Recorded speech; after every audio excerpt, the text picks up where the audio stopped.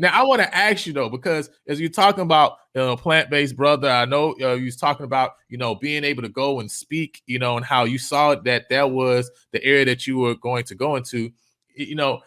When was that first time that you actually were able to monetize these areas, of influence and of impact that the Lord was leading you to? Because you saw and you started to invest in yourself, because the community was investing in yourself. You saw, what, I got to also continue to invest in myself. It's only right that I continue to invest in myself and my craft, right? To continue to make myself better. But what was that first time you were able to monetize these areas of your life that God was leading you into? Oh man. Whew. It was so long ago, right? I'll go with I'll definitely go with speaking. Mhm. It definitely, it was at a church, and in all honesty, it was at a church. And it wasn't a lot of money, but I was just getting started out. And I was like, whoa, people actually will pay me to speak. Like, I mean, I could speak in a brown paper bag. And so it was that reminder where it's like, okay, let me get this money. All right, let me get this money and let me use my gift. Because you gotta crawl before you walk. And I did a lot of, I'm not so haughty and so up here that I didn't do a lot of free stuff. No, I did a lot of free talks and engagements and this, that, and the third. But yeah, it was at a church, man. It felt really, really good. And I was just thankful to God. And I probably tithed off that little check and it grow from there. But like the other side of that is that, you and I were very involved in the church. Mhm. And I think us church goers have to be very careful to not expect that the church is going to be like behind us.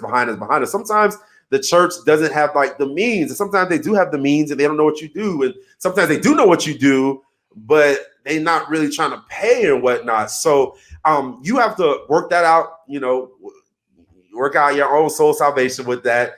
And sometimes you have to go outside of the church.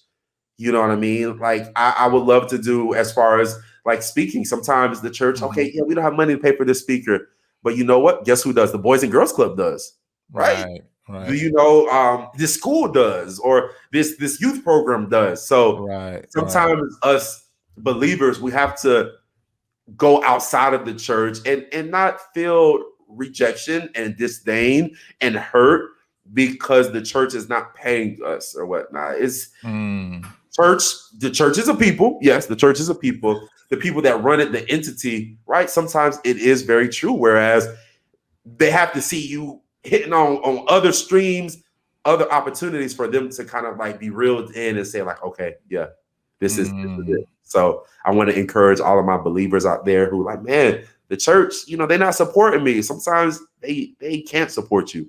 Sometimes That's they true. can't. Sometimes they can, and the season or timing isn't right. Maybe you have to work out some Mm. things, but don't get discouraged from that. No, and I like how you said, right? You did a lot of free things before that, right? You Yeah, provided value, right, before that. And a yeah, lot of times, because when we say the church doesn't pay, there's a lot of churches, right, that don't pay, and there's definitely a lot of churches who do pay, right? okay, right. Because the thing is, though, the reality is people have to recognize the value, right? The church has to also recognize the value. And if they recognize the value in what you're going to bring to their community, right, to their congregation, or to like you say, the Boys and Girls Club, right, to their constituents, to their school, to their students, right, wherever you're going, or whatever that target audience is, once they recognize the value that you're going to bring, then they will pay. Because what we have to ask ourselves, and what I'm realizing more and more, is the thing that people receive has to be greater than the money that they're giving up. Wow, And that's and good. and once that thing is greater, they have no problem giving up the money. Because it's like, if Zav had $1, I got $1, and we both giving $1 back and forth, how long are we gonna do that? Not that long. At some point, it's gonna be like, we're exchanging $1 for $1, right? So Yeah, when you think about your value, you can't think, right, I'm giving equal value to the thing that they're giving up. This dollar, I'm giving $1 worth of value for $1. No, like what you that's what you good. actually got to do is you got Yeah, to give $5 worth of value for the dollar that you're getting, right? Mm-hmm. You know what I'm saying? Then they have no problem exchanging the dollar because they feel that the value they're getting is higher than what they're exchanging. Because if you can exchange $5 for a dollar every time, people will do that forever because they're getting back more than what they're giving up, right? And so that's what I had to come to realize, right? And I think that we have to realize as believers, like Zav is saying, is we have to get to that point, right? Where and we have to change our mindset on what value we actually bring. Because a lot of times it's like we don't even know the value that we bring. You know what I'm saying? You know what I mean?